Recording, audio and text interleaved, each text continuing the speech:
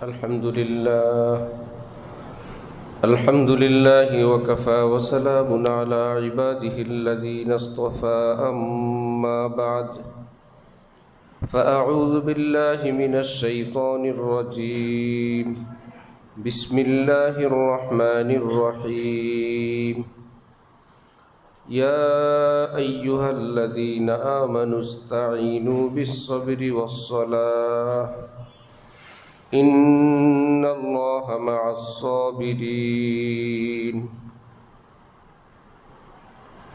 صدق الله مولانا العظيم وقال رسول الله صلى الله تعالى عليه وسلم من كان يؤمن بالله واليوم الآخر فليكرم ضيفه وقال رسول الله صلى الله تعالى عليه وسلم الدنيا مال من لا مال له ودار من لا دار له ولها يجمع من لا عقل له أو كما قال النبي عليه الصلاة والسلام محترم মুসল্লিয়ান کرام আমি আল্লাহ পাক রব্বুল আলামিনের পবিত্র কালামের অংশ বিশেষ তেলাওয়াত করলাম এবং হযরত রাসূল করিম সাল্লাল্লাহু আলাইহি ওয়াসাল্লামের দুইখানা হাদিস শরীফ পাঠ করলাম। আল্লাহ পাক কোরআন শরীফ এবং হাদিস শরীফের পরিপূর্ণ নূর আমাদের সকলকে নসিব ফরমান। দ্বীনের সহি বুঝ সহি সমঝ আমাদের সকলকে আল্লাহ পাক দান করেন। আমাদের জীবনের গুনাহ খাতা ইচ্ছা অনিচ্ছা ছোট বড় সমস্ত গুনাহ মাফ করে দেন। আগামী জীবন আল্লাহ পাককে রাজি খুশি করে কাটানোর তৌফিক দান করেন।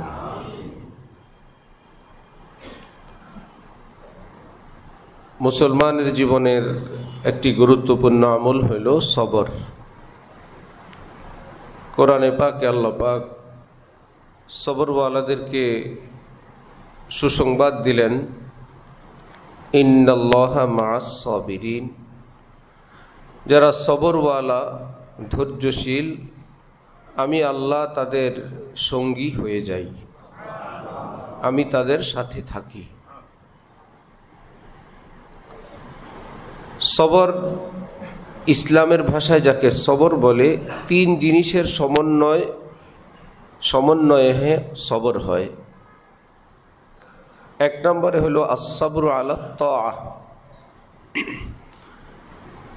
আল্লাহ পাক যে আদেশগুলো করেন, যে আদেশগুলো না করলে গুনাহ হবে পাপ হবে সে আদেশগুলো মানা। ওয়াস-সাবরু আনিল মাসিয়া, যে কাজগুলো আল্লাহ পাক নিষেধ করেন যেগুলো করলে পাপ হবে সেগুলো করা থেকে বিরত থাকা। ওয়াস-সাবরু ইনদাল মুসিবা, মানুষের জীবনে অনাকাঙ্ক্ষিত পরিবেশ পরিস্থিতি অবস্থা আসতেই থাকে, সব কিছু মন মতো হবে শুধুমাত্র জান্নাতে। সেখানের জন্যই ঘোষণা, ওয়ালাকুম ফিহা মা তাশতাহি আনফুসুকুম ওয়ালাকুম ফিহা মা তাদউন নুজুলাম মিন গফুরির রহিম। তোমরা যা চাইবে, যা আশা করবে, মুখে উচ্চারণ করবে কিংবা মনে মনে আশা করবে, আমি আল্লাহ পাকের পক্ষ থেকে সব কিছু পূরণ করা হবে। সেটা দুনিয়ায় না, জান্নাতে। সেটা জান্নাতে। দুনিয়ার সাধারণ নিজাম, আম নিজাম আল্লাহ পাকের, বান্দা যা কিছু চায় কিছু পূরণ হয় কিছু বাকি থাকে। চায় একরকম হয় ভিন্ন রকম, চায় একটা হয় আরেকটা। এটাই দুনিয়ার নিয়ম।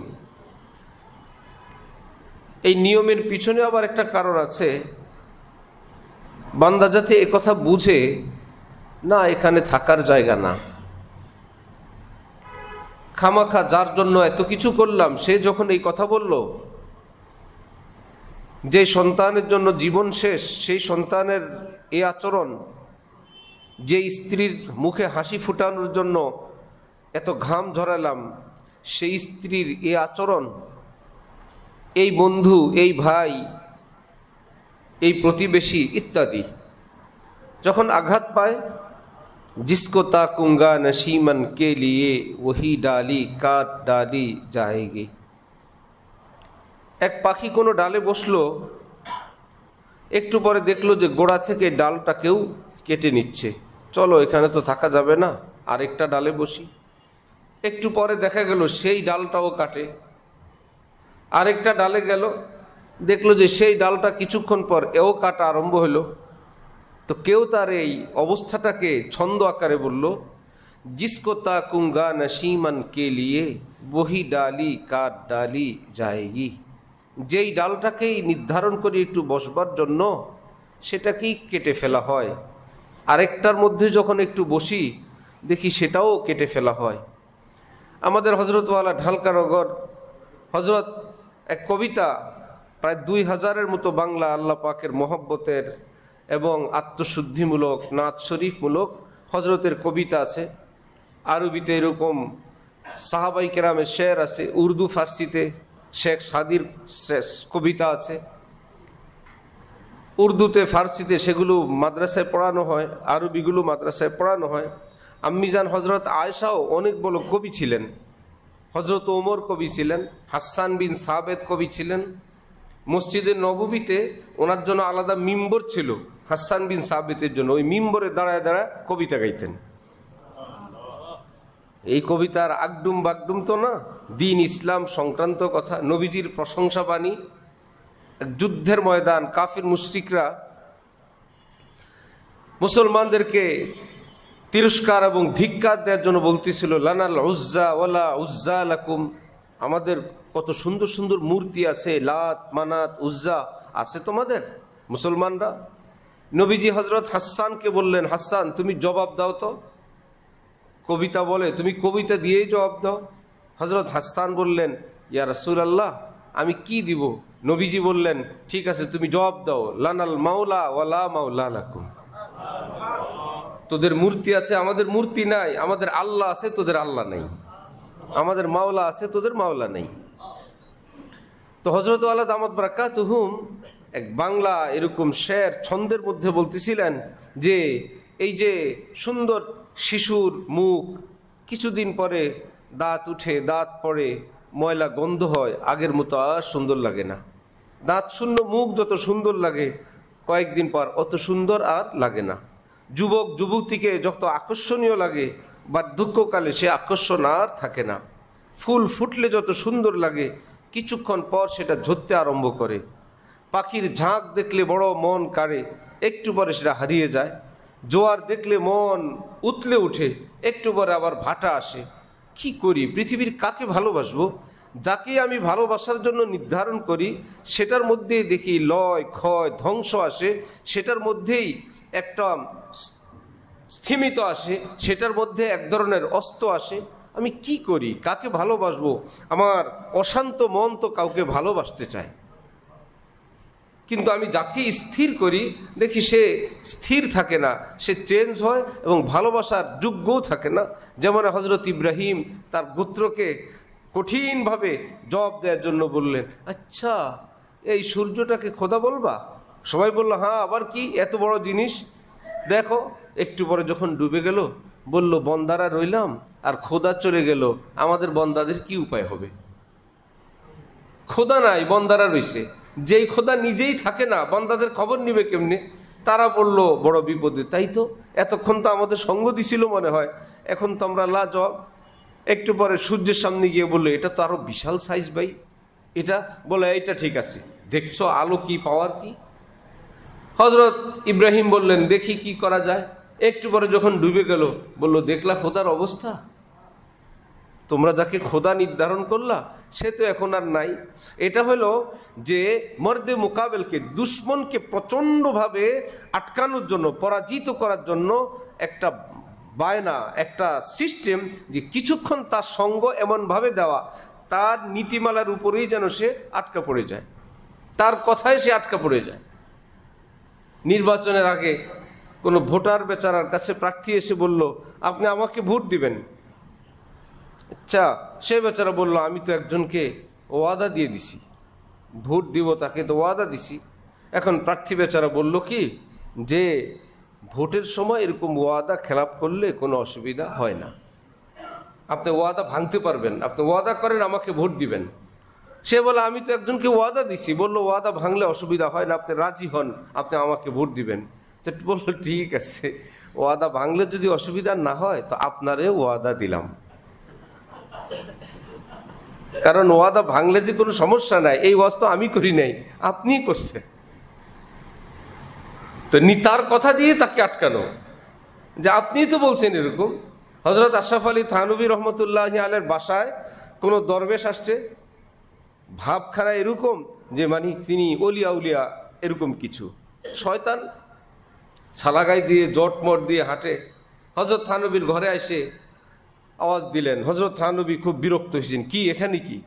সে বেচারা বলল, মানে আপনি আমাকে কোনো মূল্যায়ন করেন না, আমি তো কোনো গাউস আবদালও তো হইতে পারি, বলা যায়। এইবার তার কথা দিয়েই তাকে হযরত থানভী বললেন, আমিও তো এরকম কিছু হইতে পারি, তুমি যেরকম কিছু একটা হইতে পারো, আমার ভয় পাওয়া উচিত তোমাকে, তো তোমার কথা অনুযায়ী আমি কি কিছু হইতে পারি না? তোমারও তো একটু ভয় থাকা উচিত, যে যার দরবার ঘরে আসছি তিনিও তো গাউস আবদাল হইতে পারেন। সে বেচারা ভাবছে, বাবারে আমার কথা দিয়েই আমারে শেষ করলো। তো একটু ফুলকে ভালোবাসবো, একটু কদিন পরে ফুলের পাপড়িগুলো ঝরে গেল। আহা, এত সুন্দর শিশু, তার দাঁত বিহীন মুখ এত সুন্দর, কদিন পরে দাঁত উঠে পড়ে, গন্ধ, ছোট্টবেলায় না ব্রাশ লাগে না মেসওয়াক লাগে, সবটা মিলে ঘ্রাণ সুন্দর লাগে। সুবহানাল্লাহ, ব্রাশও নাই মেসওয়াকও নাই, তারপরও এই নিষ্পাপ মাসুমের মুখের ঘ্রাণ পচা পচা লাগে না ভালো লাগে? জীবনে মেসওয়াক করাইছেন বাবুরে? ব্রাশ করাইছেন? কে করায় তাহলে? সুবহানাল্লাহ। হাদিস শরীফে আছে, হযরত হাসান হযরত হুসাইনকে নবীজি শুঁকতেন, তাদেরকে নাকের কাছে এসে নিয়ে নিয়ে টানতেন, ঘ্রাণ নিতেন। বাবুদের ঘ্রাণও কত মজা। সুবহানাল্লাহি ওয়া বিহামদি। সুবহান, তাদেরকে বলা হয় মাসুম, নিষ্পাপ। এজন্য আল্লাহওয়ালা বুজুর্গান দিন বলেন, যদি কোনো এলাকায় খাঁটি কোনো আল্লাহওয়ালা একদমই পাওয়ার কোনো ব্যবস্থা নাই, কই যাবা? এক কাজ করো, দুষ্টু দুরাচার, অসভ্য, নেশাখোর, মিথ্যুক, গীবতকারীদের সঙ্গে না থেকে ঘরে কোনো শিশু থাকলে ওই মাসুমের সাথে থাকো, তার খেদমত করো, তার সেবা যত্ন করো, তবুও তুমি একজন নিষ্পাপ মাসুমের সাথে থাকলা, পাপিষ্টের সাথে থাকো নাই। তো হযরত আলা দামাত বারাকাতুহুম বলেন যে, বলো না কোন বা প্রেমে জ্বলি। হে বন্ধুরা, আমার তো কাউকে ভালোবাসতে ইচ্ছে করে, কিন্তু আমি যাকে বাসতে চাই সে তো থাকে না। কোমর ঝুঁককে মিছলে কামানি হুই, কই না হুয়া কই নানি হুই। যে একদম কোমর বাঁকায়, একজনের নাম নানা আর একজনের নাম নামি। হায় মুশকিল, এক সময়ের এলাকা বিশাল বড় তোর জোরকারী সেই পুরুষ, সেই নারী আজকে কেউ নানা সাহেব, কেউ নানি সাহেবা, এই তো পৃথিবীরই। এবার বলে, হ্যাঁ সন্ধান পাইলাম, এশকে বা মুর্দানা বা সাত পায়দার, এশকেরা বা হাইয়ু বা কাইয়ুমদার। বন্ধুরা, এই ধ্বংসশীল, লয়শীল, ক্ষয়শীল পৃথিবীর যাকেই তুমি তোমার ভালোবাসার জন্য টার্গেট করবা, সেটাই 2 দিন আগে কিংবা পরে ধ্বংস হবে। কুল্লু মান আলাইহা ফান, যে পৃথিবীতে যা কিছু আছে, ইল্লা ওয়াজহু রাব্বিকা যুল জালালি ওয়াল ইকরাম, এই পৃথিবীতে সব ধ্বংসশীল, বাকি থাকবেন শুধু আল্লাহ। যদি তাকে ভালোবাসো তাহলে মুর্দা প্লাস মুর্দা হবে না, তুমিও মরা, ভালোবাসলা আরেক মরাকে, তো মরা যোগ মরা সমান সমান মরা। আর মুর্দা তুমি প্লাস যদি মাওলা হয়, বাপির জিলানি প্লাস মাওলা হয়ে গেছেন। খাজা মুঈনুদ্দিন চিশতিরা মুর্দার সঙ্গে প্রেম করেন নাই, আল্লাহর সঙ্গে করে তারা এখন সারা দুনিয়া মানুষের কাছে মনে মনে এত বড় স্থান, যেন তিনি ভারতে গেলে পাওয়া যাবে, মনে যেন খাজা মুঈনুদ্দিন চিশতির সঙ্গে দেখা যাবে। আহা, 100 বছর 1000 বছর আগের মানুষ মনে হয় যেন এখনো জীবিত। এক ইংরেজ ভারতে এসে সে বিদায় নেওয়ার সময় সে বই লিখছে যে, আমি সারা পৃথিবী ভ্রমণ করলাম, ভারতে গিয়ে এক ভিন্ন দৃশ্য দেখলাম। সেখানে মুসলমানদের এক লিডার থাকেন কবরে, মাটির নিচে, রাজত্ব করেন মাটির উপরে। মাটির নিচে থেকে মাটির উপরে রাজত্ব করেন। তারপরে সেই ইংরেজ লিখছে, সেই মুসলিম নেতার নাম খাজা মুঈনুদ্দিন চিশতি রহমতুল্লাহ আলাইহি। সুবহানাল্লাহ। কিসের বলে সেটা? হাত পা এবং গায়ের জোরে, বস্তানি কিংবা শক্তির বলে না, ক্ষমতার বলে না, আল্লাহ সম্পর্কের বল। এটা এত বড় জিনিস যে আল্লাহর সঙ্গে সত্যিকার অর্থে যোগ দেয়। আল্লাহ পাক তাকে এই পৃথিবীতে এভাবেই জিন্দা রেখে দেন। আবু জাহেল নাম আছে কারো? আবু লাহাব আছে, উতবা আছে, সাইবা আছে? কেন নাই? আবু হুরায়রা নাই, আবু বকর নাই, ওমর ওসমান নাই, আলী নাই? সুবহানাল্লাহ। রব্বুল আলামিনের সঙ্গে যে সম্পর্ক ভালো রাখবে আল্লাহ পাক তাকে এই পৃথিবীতে এভাবেই জিন্দা রাখবেন। আল্লাহ পাক আমাদেরকে এই অল্প কয়দিনের পৃথিবী আল্লাহ পাক এর হাকিকত বুঝার তৌফিক দান করেন। তাহলে যে মুসিবত আসবেই দুনিয়ায়, এটা জান্নাত না, এটা মনে রাখতে হবে। রব্বুল আলামিন এই জন্যই ব্যবস্থা রাখছেন। একবার রাসূলুল্লাহ সাল্লাল্লাহু আলাইহি ওয়াসাল্লাম কতগুলো ময়লা আবর্জনা দেখায় বললেন, দেখলা, এই হলো দুনিয়ার হাকিকত। খাদ্য খাবার এটা মানুষ গ্রহণ করার আগে তার দিকে ছুটে যায় মানুষ। অমুক জায়গায় ভাই ভালো বিরিয়ানি, যায় না? অমুক জায়গায় কাবাব, অমুক জায়গায় কাচ্চি, অমুক জায়গায় একটা চা, কত দূর চলে যায়। আমিন বাজার গিয়ে দেখি সেই ভাকুরতা ওদিকে, এক বাজারে গোল গোল গোল গোল হয়ে বসা, পাটি বিছানো, মুড়ির ভর্তা খাওয়ায়, বলে ঢাকার থেকে লোক আসে মুড়ি ভর্তা খেতে। কাজ টাজ নাই, আর কি করব? ওই কুরিয়া গেলাম ওখানে, এখানে এত ভিড় কেন? চা খাইতে আসে, বহু দূর থেকে লোক আসে। তো খাবারের প্রথম স্টেজ, তার দিকে মানুষ এভাবে আগ্রহ করে দৌড়ে দৌড়ে আসে। সেই খাবারটা যখন মানুষ থেকে হয়ে একটু বের হয়, তার দিকে যায় না, তার থেকে পলায়ন করে। এই হলো দুনিয়া। তার প্রথম স্টেজ এমন, সেকেন্ড স্টেজ এমন। হযরত ওয়ালা করাচি রহমতুল্লাহ আলাইহি বলেন, এক নারীকে কেউ প্রচন্ড ভালোবেসে বলছিল, তুমি যদি আমার প্রেম ভালোবাসায় সঙ্গ দাও, সমরকন্দ এবং বুখারা রাজ্য তোমার নামে লিখে দিব, যা আছে একদম সব কিছু দিয়ে দিব। আর জুটে নাই প্রেম। বুড়াকালে সেই বেচারি বিপদে পড়ছে, বুড়ি হয়ে গেছে। হযরত বলেন, এখন পোলাও পাকানোর জন্য একটা আলু বুখারা দরকার। দিছিল কি? সমরকন্দ, বুখারা, রাজত্ব, রাশিয়ার এক এলাকার নাম। সেটা দিয়ে দিব যদি তুমি রাজি হও। যৌবন শেষ, প্রেম ভালোবাসার বাজার যখন ঠান্ডা, এখন আর কারো শরীর চলে না। এখন সেই বেচারি ভাবলো, ঘরে পোলাও পাকানোর আলু বুখারা নাই, তো দেখি আমার সেই পুরান প্রেমিক বেচারা আমার জন্য তো বুখারা সমরকন্দ দিতে চাইছিল, সেটা নাই দিল। আজকের এই বার্ধক্যকালে একটা আলু বুখারাকে দিবে না? যাই দেখি, সেই বাড়ির সামনে গিয়ে বলল যে, হে অমুক, তুমি তো আমাকে কত কিছু দিতে চেয়েছিলে, আজকে আমি বিপদগ্রস্ত, আমাকে একটা আলু বুখারা দিবে? এই বুড়া মানুষ দেখে বলে, আস্তাগফিরুল্লাহ, এটা মনে হয় শয়তান আসছে, শয়তান আসছে,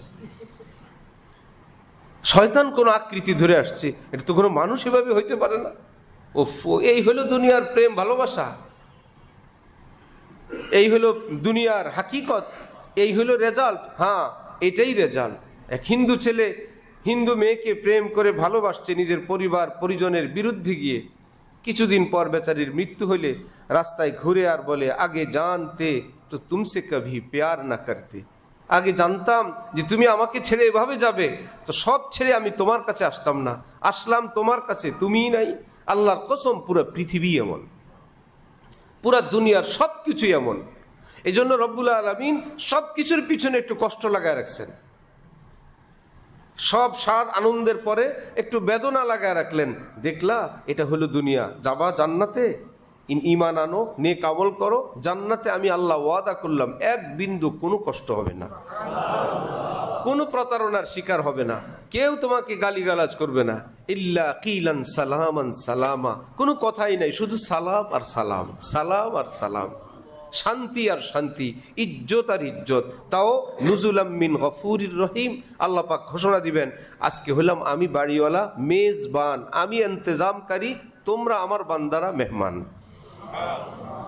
আমি মেহমানদারি করব তোমাদের। তোমরা খাও পিও।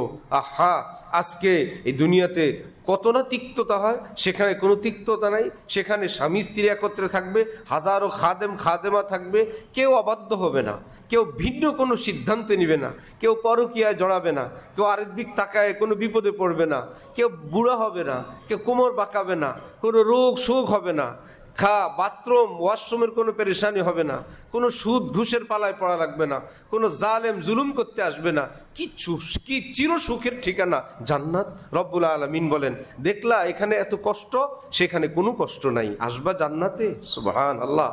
যাবা জান্নাতে, ঈমান আনো, নেক আমল করো।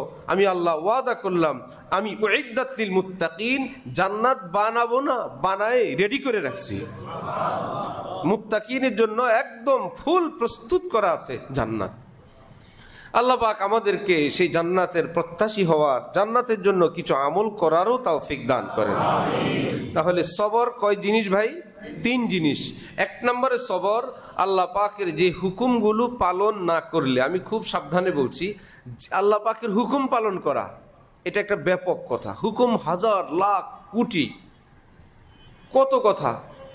নফল করো, মুস্তাহাব করো, সবই তো আল্লাহ রসুলের হুকুম। শুধু ওই হুকুমগুলো যেটা পালন না করলে গুনাহ হবে, সেই হুকুমগুলো পালন করা সহজ হয়ে গেল। ফরজ পালন না করলে গুনাহ হবে, ফরজ টুকুন করা। ওয়াজিব পালন না করলে গুনাহ হবে, ওয়াজিব টুকুন করা। সুন্নতে মুআক্কাদা পালন না করলে গুনাহ হবে, ও সুন্নতে মুআক্কাদা করা। তার নিচের যত আছে সুন্নতে গায়রে মুআক্কাদা, মুস্তাহাব্বাত, হাজার হাজার আমল, যদি সেটা কেউ না করে, তার সবরের কোনো ক্ষতি হবে না, ঈমানের কোনো লোকসান হবে না, জান্নাতে যাইতে কোনো ডিস্টার্ব হবে না। শুধু ফরজ টুকুন, ওয়াজিব টুকুন, সুন্নতে মুআক্কাদা এইটুকুন আদায় করে নাও। তাহলে যেই কাজগুলো না করলে গুনাহ হবে সেটা করে নেওয়া। আবার কিছু কাজ আছে করলে গুনাহ হবে।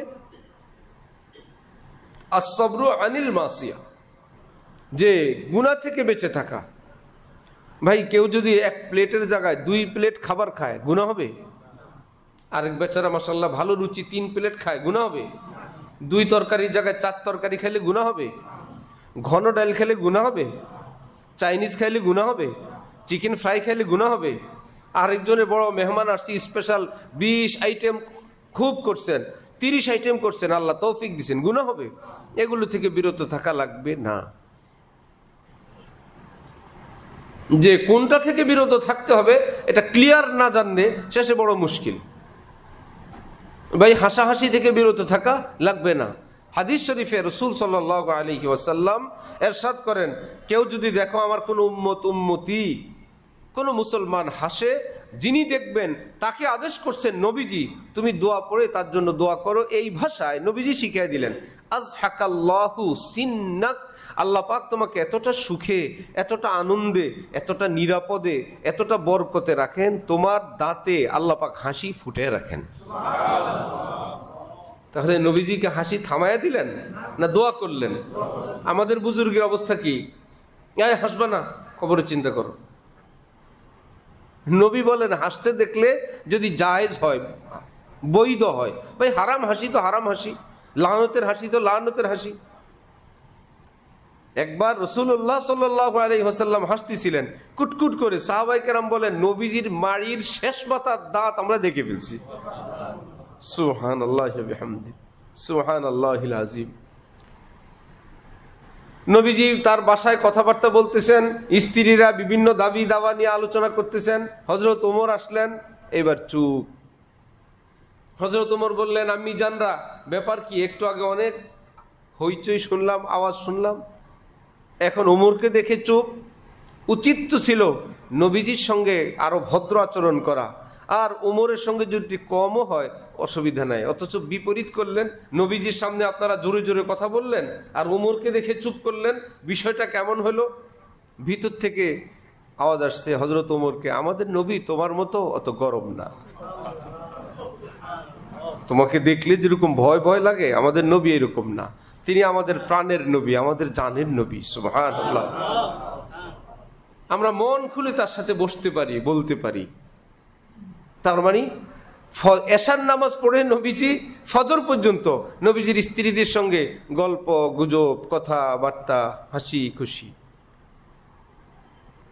তার মানে হাসি খুশি ইসলামে আছে না? আছে। এটার থেকে আপনাকে দূরে থাকতে হবে, আমি সেটা বলছি। গুনাহ থেকে দূরে থাকবেন, হাসি খুশি থেকে দূরে থাকা লাগবে না। নবীজি যখন মসজিদের নববীতে ঘোড়া হইলেন, হযরত হাসান হুসাইন যখন নবীজির পিঠে উঠলেন, ওটা কি নবীজি কাঁদতে কাঁদতে, চোখে পানি, উম্মতের চিন্তায়, এরকম নানার কান্দে নাতিরা উঠবে? বলে নানার কাছে যাও না, নানা কান্দে। হাসি খুশি ছিলেন বলেই তো না নাতিদের সঙ্গে এই আচরণ। তার মানে ইসলামে হাসি খুশি আছে। এটা ত্যাগ করা লাগবে না, এটা ছাড়া লাগবে না। এটা যারা ছাড়াইতে গেলেন, আমাদের পরিচিত অনেক ভাই বেরাদার, তিনি বড় বিপদে পড়ে গেছেন। তার পরিবারের লোকেরা বিগড়ে তার থেকে ভিন্ন হয়ে গেছে, যে বেশি বুজুর্গি দেখায়, বেশি পিসাবগিরি দেখায়, তোমারটা নিয়ে তুমি থাকো। ছেলেরা আলাদা বাসা নিয়ে থাকে, স্ত্রী আলাদা রুমে থাকে, কেউ কথা বলে না। উনি চান 24 ঘন্টা বুজুর্গি, সব সময় ঠোঁট লড়ে, সব সময় ঘরে গেলেও ঠোঁট লড়ে, বউ কাছেও যায় না। আরে উনি তো জিকির করে, সবসময় জিকিরে আছে, থাকো তুমি জিকির, বাসায় আসছো কেন, মসজিদেই থাকতা। এত জিকিরওয়ালা হলে। অথচ হাকিমুল উম্মত থানভী লিখছেন, হাজার হাজার রাকাত নফলের চেয়ে নিজের স্ত্রীর সঙ্গে একটু হাসি খুশি করা, একটু সময় দেওয়ার দাম আল্লাহর কাছে অনেক বেশি, হাজার হাজার রাকাত নফলের চেয়ে। বুঝেই না ইসলাম, বুঝবে কেমনে? যারা বুঝে তাদের থেকে তো বুঝে নেই। আম্মিজান হযরত আয়েশা বললেন, তিনি খেলা দেখবেন, হাবশার লোকেরা খেলে, তখন পর্দার আয়াত নাজিল হয় নাই, ওপেন পর্দা নাই, আল্লাহ পাকের হুকুম যেমন কাজও তেমন। নবীজি সাইয়্যিদুল মুরসালিন, তিনি বললেন চলো নিজের স্ত্রীর একটু মনের আশা পুরা করবেন। নবীজি বসলেন। হযরত আয়েশা নিজে বলেন, আমি নবীজির কাঁধের উপরে আমার হাত, উভয় হাত দিয়া চাপা দিয়া খেলা দেখতে থাকলাম। আম্মিজান খেলা দেখতেছেন, নবীজি চুপচাপ বসে আছেন। তিনি বলেন, আমি কম বয়স্কা মেয়ে, আমার কি অল্প দেখলে মন ভরে? অল্প একটু দেখি কি আর আমি বলি চলেন? কিন্তু আমি যতক্ষণ কিছু বলি নাই, নবীজিও কিছু বলেন নাই। চলো চলো আয়েশা 2 রাকাত পড়ি, চলো জিকির করি, চলো চলো একটা মুনাজাত করি, চলো আয়েশা দাওয়াতের কাজ করি, চলো আয়েশা আমাদের বুজুর্গি যেগুলো। নবীজি ভাবলেন, আয়েশা কি আর প্রতিদিন দেখে? একটু শখ করছে, আয়েশা দেখো। হযরত আম্মিজান বলেন, আমার মন ভরে যাবার পর আমি যখন নবীজিকে বললাম ঠিক আছে চলেন, নবীজি তখন আমাকে নিয়ে ঘরে চলে আসছেন।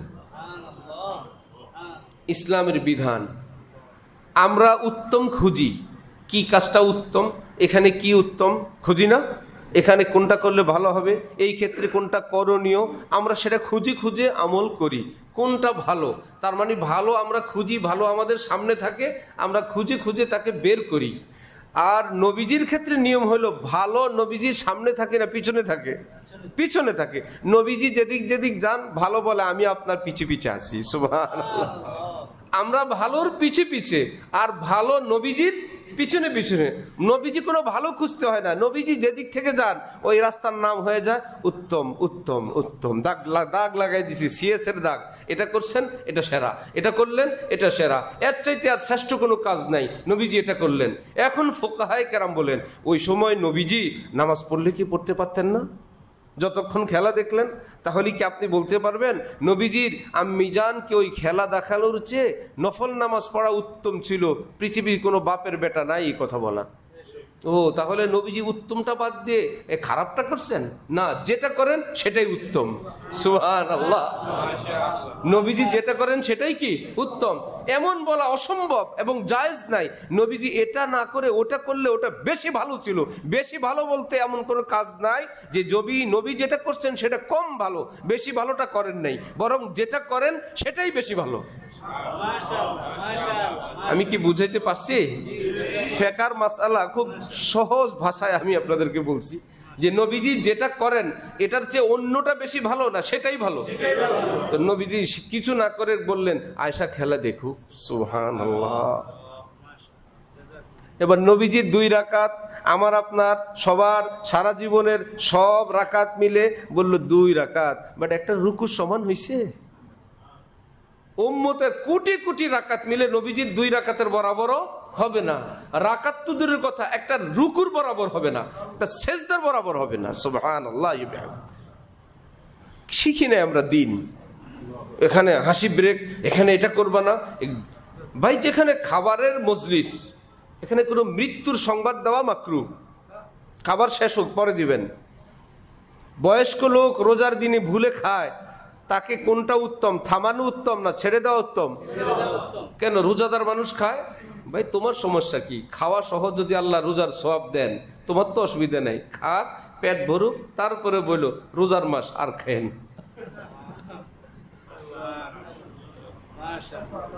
কাকু পান টান খাওয়া হয়েছে? হয়েছে, কুলি করেন বিসমিল্লাহ।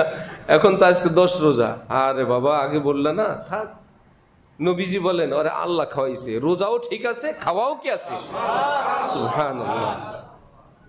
আমার আপনার বুজুর্গি কি, হ্যাঁ আঙ্কেল আঙ্কেল আঙ্কেল থামেন থামেন, আপনি রোজা রোজা। তোমার কে বলছে ফুটানি করতে? হযরত ওয়ালা করাচি রহমতুল্লাহি আলাইহি নিজের খানকাহে সারা পৃথিবীর থেকে আসা মুরিদ, আলে মোলামা, শাইখুল হাদিস, নিজ নিজ জায়গায় পীর সাহেব হযরতের কাছে গেছেন।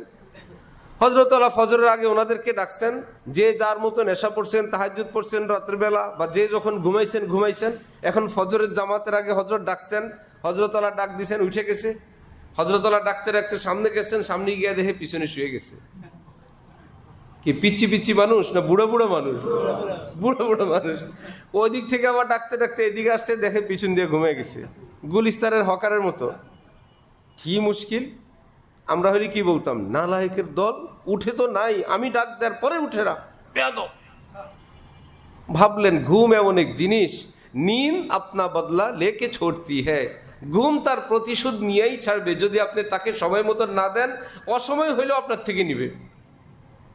আমাদের উপরের জামাতের একজন পরীক্ষার আগের দিন সারা রাত পড়ছে, পরের দিন পরীক্ষা, পরীক্ষার হলে 3.5 ঘন্টা পুরোটাই ঘুমাইছে। আমরা হলে হুজুর আসার ডাক দেয়, কষ্টে মষ্টে চোখটা খোলে, হুজুর আসছে। হুজুর চলে যাওয়া শেষ, আবার মাথা ঘুমে। কারণ ঘুম তার প্রতিশোধ নিবেই। তুমি তাকে দিবা না সময় মতো, সে তার প্রতিশোধ নিয়েই নিবে। যত বড় পিসাব হওয়ার বুজুর্গ হোক, কাজ করে ফেলবে, চিৎ করে ফেলবে। হজরত এদিকে যান, এরা উঠে, পিছনওয়ালারা শুয়ে যায়। হজরত কি বললেন, তুম লোক উঠকে সো যাতে হো, উঠা আবার শুয়ে যাও ভাই। এবার সবাই শরম পাইছেন, উঠে গেছেন। তার মানে একটা ঘুমন্ত মানুষকে ডাক দেওয়ারও কোনো ভদ্র আওয়াজ আছে।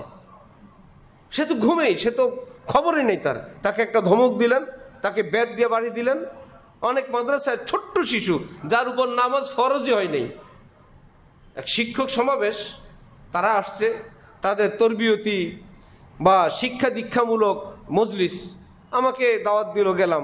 বললাম যে মক্তব হিফজখানায় যে শিশুদেরকে আমরা ঘুম থেকে উঠাই ফজরের 1 ঘন্টা আগে পড়ার জন্য, বলেন তো ওই বেচারার পড়া তো পরে, নামাজ কি ফরজ হয়েছে? নামাজই তো ফরজ হয় না। আগে এই কথাটা মনে রাখবেন। এই বাবুটার সাথীরা সব ঘরের মধ্যে নাক ডেকে ঘুমায়, মাদ্রাসায় এসে কি সে এত বড় বিপদ সম্মুখীন হয়ে গেল? এক কাজ করেন, হালকা আওয়াজ দেন, এক পাশে একটা লাইট জ্বালান, তারা তো উঠবেই। আপনি বসেন, 2-1 জন উঠে গেলে লাইট জ্বালা আপনারা তেলাওয়াত শুরু করেন। ওই বাবু যখন দেখবে ওস্তাদজি আমার পাশে তেলাওয়াত করে, ওস্তাদজি উঠে গেছে, নিজেই লাজে শরমে উঠে যাবে। আর আপনি তার প্রতি শ্রদ্ধা রাখবেন, এই বাবুটার উপর নামাজ ফরজ হয় নাই, মাদ্রাসায় আসছে বলে সে শুধু নামাজেই উঠে নাই, নামাজের আধা ঘন্টা আগে উঠলো, 1 ঘন্টা আগে উঠলো। তার প্রতি একটা শ্রদ্ধা অনুভূতি রেখে তারপরে ডাক দিবেন। পাষাণের মতন, ডাকাতের মতন বেদ দাও, ডেস্কে বাড়ি মারো, হোটেলের মতন বেল লাগায় দাও। এক মাদ্রাসায় হোটেলের মতন বেল লাগাই দিছে। ঘুমের মানুষের মধ্যে যদি হোটেলের বিলের বেল, যেগুলো বিকট আওয়াজের, ভয়ঙ্কর না? এখন কয়েক ছাত্র মিলে আর সইতে না পেরে আমাদের যুগে ওই বেলের গায়ে সাদা কস্টিপ লাগাই দিছে। নিচের থেকে কিছু দেখা যায় না, কিন্তু বেলে আর আওয়াজ হয় না। হুজুর বল, আমার বেলটা কি হইল? বেল চলে কিন্তু আগের মতো না, ছাত্ররা আর সইতে পারে না। ওই হুজুর আইন করছেন, খুব কড়া শাসক ছিল তো। সকালবেলা ঘুম থেকে উঠতে দেরি করলে 5 বার কান ধরা, ফজরের নামাজে জামাত না পাইলে 10 বার, অমুক উর্দু কবিতা গাইতে হবে সবাই মিলে মুনাজাত, এটাতে আসতে দেরি হলে 10 বার কান ধরা। মানে সারাদিন হুজুরের পিঠায় পুটা না পেরে পুরো একটা সংবিধান লিখছেন, সব হামলা কার উপরে? কানের উপরে। এতবার কান ধরা, এতবার 10 বার 5 বার। অন্য এক শিক্ষক আমাদেরকে তখন বলতেছে, যে অবস্থা হুজুর যে কানের উপর খেপছে, ভর্তি হয়ে কানটা হুজুরের কাছে দিয়ে আসলে হয়, যা আপনার যখন দরকার আপনি টিপ দিয়ে নিন। কোরআন শরীফ রব্বুল আলামিন বলেন, আর রহমান আল্লামাল কোরআন। রহমান কোরআন শিখিয়েছেন। কোরআন শিখিয়েছেন কে? আল্লাহ। কিন্তু আল্লাহ এখানে নিজের নাম ব্যবহার করছেন কোনটা? রহমান।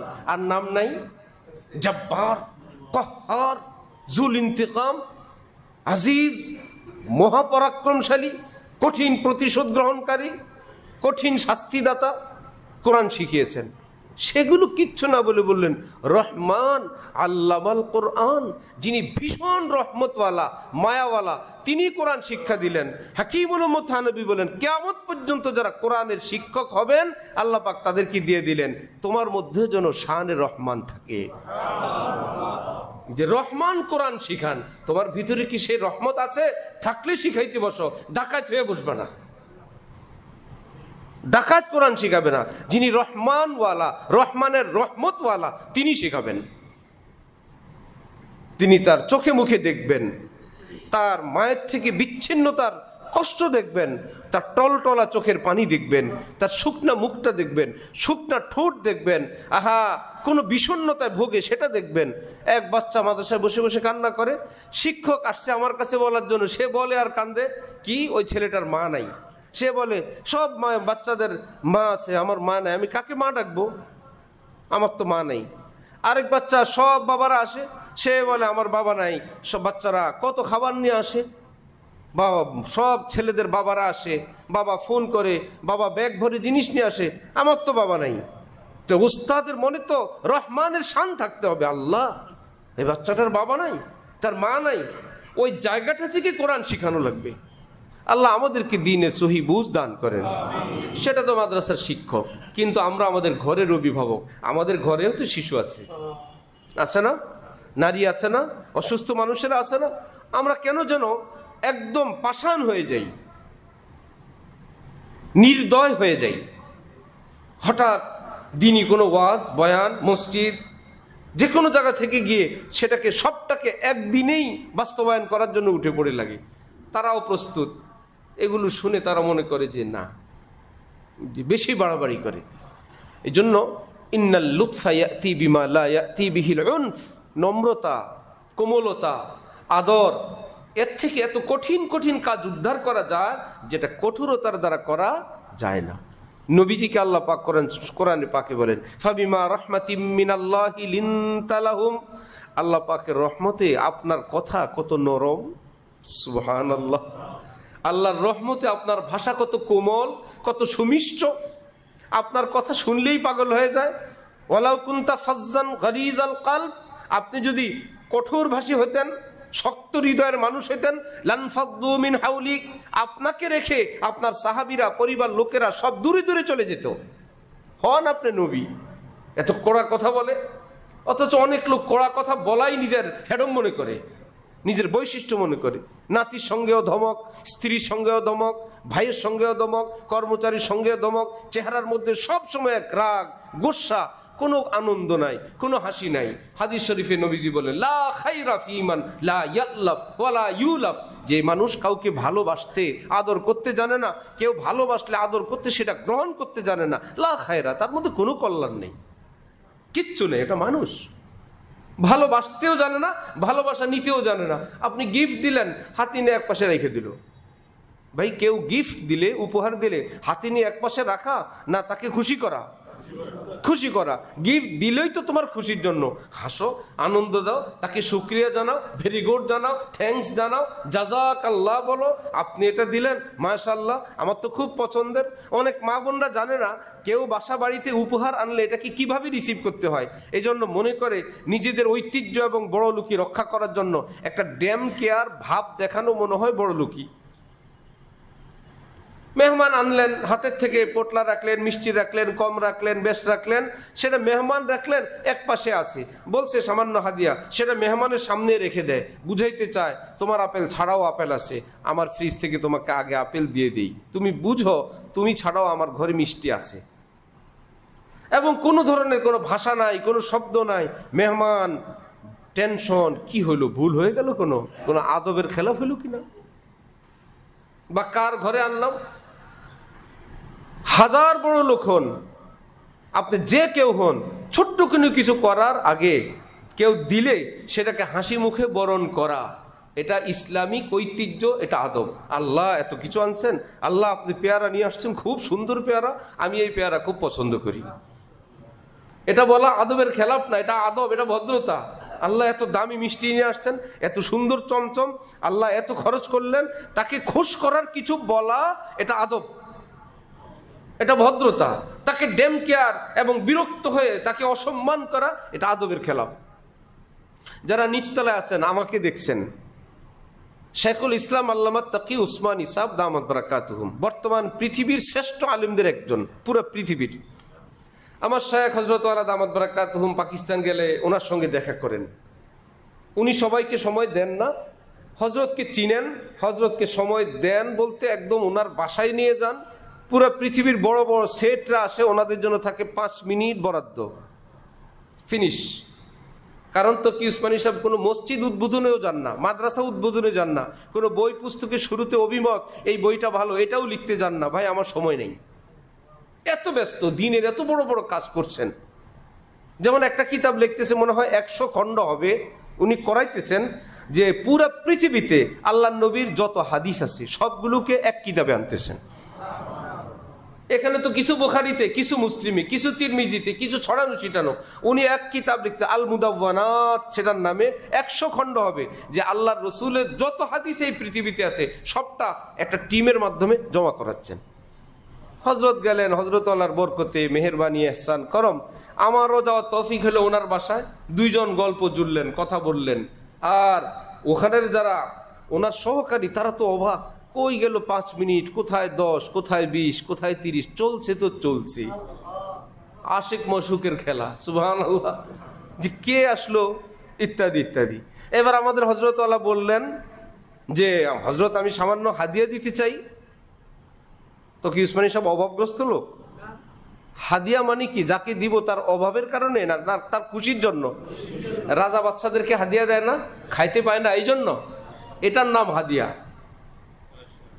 ভাই আপনি গ্রহণ করবেন, এটা আমার ভাগ্য, আপনার আছে নাই, আপনার তো হাজারও আছে, কিন্তু আমি তো দিতে পারলাম না।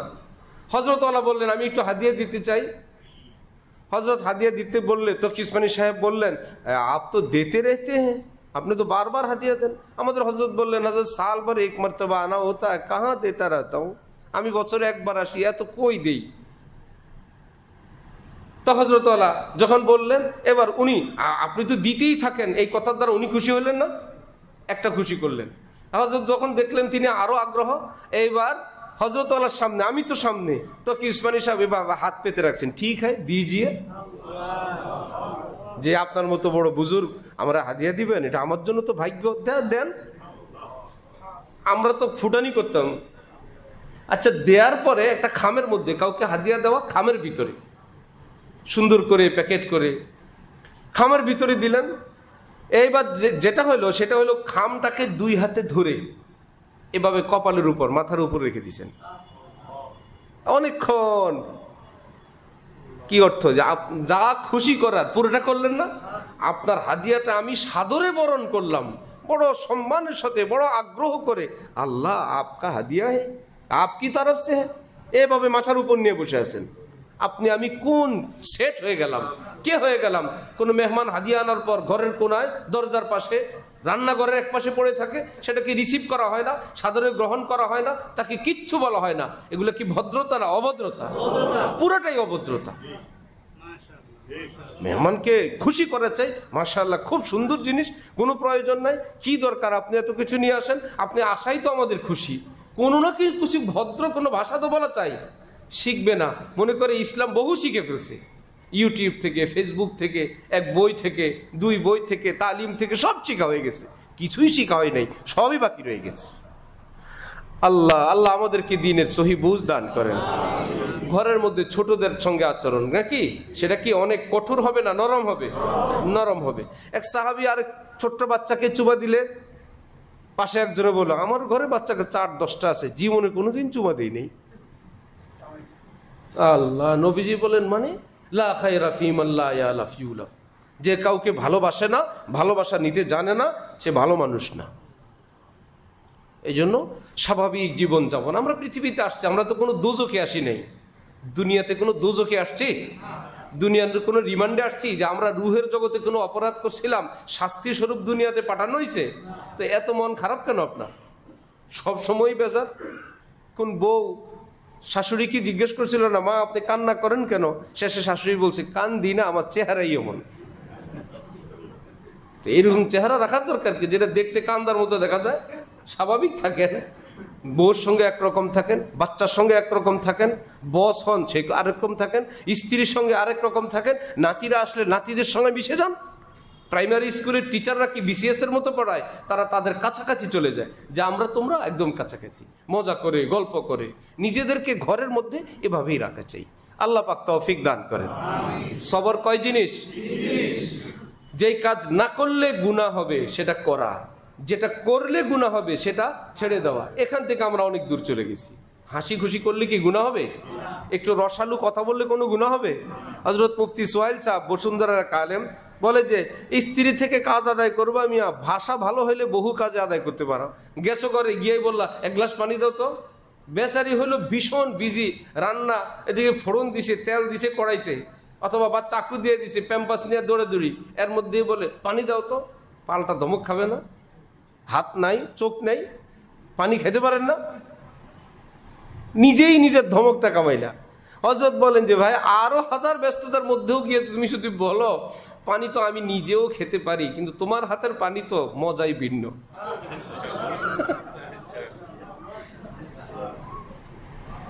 এবার কি বেচারি কি রাগ করবে?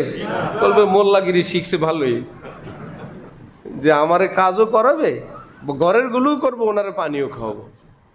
আম্মি জান হযরত আয়েশা বলেন, আমি পানির পাত্র গ্লাসটা পান করে রাখলে নবীজি আবার উঠায় ঠিক ওই জায়গায় ঠোঁট লাগাইতেন, আমি আয়েশা যেখানে ঠোঁট দিয়ে পানি পান করেছি।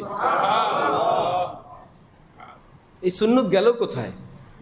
বলেন আমি হাড্ডি রেখে দিছি, সব পাশ খাওয়া শেষ, বোন প্লেট থেকে উঠে আবার চোষেন নবীজি আমাকে দেখান, আয়েশা তোমাকে ভালোবাসি না, তোমার লালাকেও ভালোবাসি। কি সুখময় আনন্দময় জীবন। আর আমরা কোত্থেকে ওই যে বদমেজাজ, কুদৃষ্টি, কুসম্পর্ক, পরকীয়ার কারণে মেজাজ জাগায় নেই।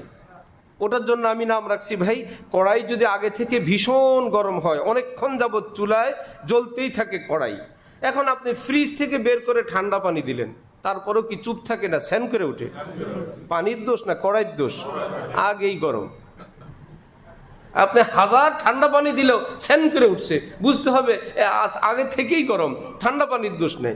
স্বামী স্ত্রী দুইজনের একজনের কড়াই যদি এরকম পরকীয়ার কারণে হোক, হারাম সম্পর্কের কারণে হোক, নামাজ বর্জনের কারণে হোক, পর্দা বর্জনের কারণে হোক, স্বামী স্ত্রী ঝগড়ার কারণে, ননদ ভাবি শাশুড়ির অত্যাচারের কারণে নারী অত্যাচারিত হয়, জুলমের শিকার হয়, পুরুষের হাতে বেশি না নারীর হাতে বেশি?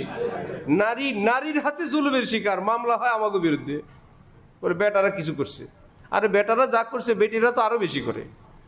নারীকে জুলুম করে নারীরা বেশি, শাশুড়ি জুলুম করে, ননদ জুলুম করে,